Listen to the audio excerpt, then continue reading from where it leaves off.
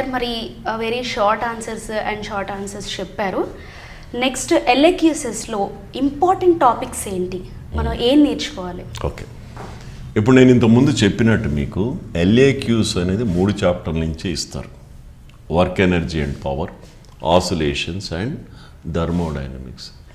దీంట్లో జనరల్గా repeated questions ఏముంటాయి అనేది మీకు ఇది మార్క్స్ అలాట్మెంట్. అంటే టోటల్గా 21 క్వశ్చన్స్కి 76 మార్క్స్ ఉంటుంది. Maximum marks will be 60, the passing marks will be 21. ఇది స్ప్లిట్టింగ్ ఆఫ్ ది మార్క్స్. మీరు అడిగినట్టు లాంగ్ ఆన్సర్ క్వశ్చన్స్ ఏ చాప్టర్ నేను ముందుగా మనం డిస్కస్ చేసుకుంటే work, power, energy, oscillation, thermodynamics. దాంట్లో వచ్చే ఎల్ఏక్యూస్ ఏముంటాయి అనేది మీకు నేను ఇప్పుడు వివరంగా చెప్తాను. జనరల్గా వర్క్, ఎనర్జీ, పవర్ నుంచి 3 క్వశ్చన్స్ ఉంటుంది. ఇవే రిపీట్ అవుతూ ఉంటుంది. ఇక్కడ మీకు చూపించినట్టు బోర్డు మీద develop the notations of work and kinetic energy and show that it leads to work energy theorem. ఇది జనరల్గా అందరు స్టూడెంట్స్ వర్క్ ఎనర్జీ థియరం అనే క్వశ్చన్ చదువుతారు, ఈజీ కూడా. State and prove law of conservation of energy.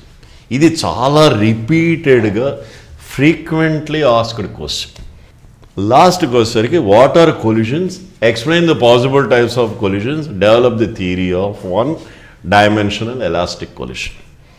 దీంట్లో కొంచెం derivative part involve అయింది కాబట్టి స్టూడెంట్ ఈ క్వశ్చన్ని కొంచెం టఫ్గా ఫీల్ అవుతాడు. ఆ డెరివేటివ్ పార్ట్లో కూడా టఫెస్ట్ డిఫరెన్సియేషన్, ఇంటిగ్రేషన్ ఏముండదు జనరల్ మ్యాథమెటిక్స్లో.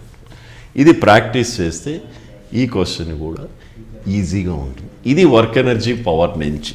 సెకండ్ చాప్టర్కి వస్తే ఆసిలేషన్స్, లాంగ్ ఆన్సర్ క్వశ్చన్స్. జనరల్గా ఇవి రెండే అడుగుతూ ఉంటారు.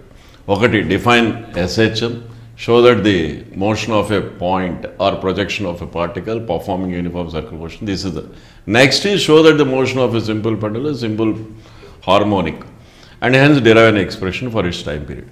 ఈ 2 క్వశ్చన్లో కూడా ఎక్కువగా టైం పీరియడ్ ఆఫ్ సింపుల్ పెండులమే అడుగుతూ ఉంటారు. ఇది మిస్ అయితే ఇది వస్తుంది. కాబట్టి ఒక స్టూడెంట్ అనేవాళ్ళు ఈ 2 క్వశ్చన్లు ఈ చాప్టర్ నుంచి ఖచ్చితంగా నేర్చుకోవాలి. ఇంకా లాస్ట్ చాప్టర్ ఎల్ఏక్యూస్కి వచ్చేసరికి థర్మోడైనమిక్స్లో ఈ 2 క్వశ్చన్సే వస్తుంది. As it is on the board, explain reversible and irreversible process, describe the working of a Carnot engine, obtain the expression for the efficiency, state like second law of thermodynamics, how is heat engine is different from the refrigerator. ఈ 2 క్వశ్చన్లో కూడా ఎక్కువగా frequently asked question FAQ వచ్చి first question వస్తుంది, that is the efficiency of Carnot heat engine. This is ఎక్కువ.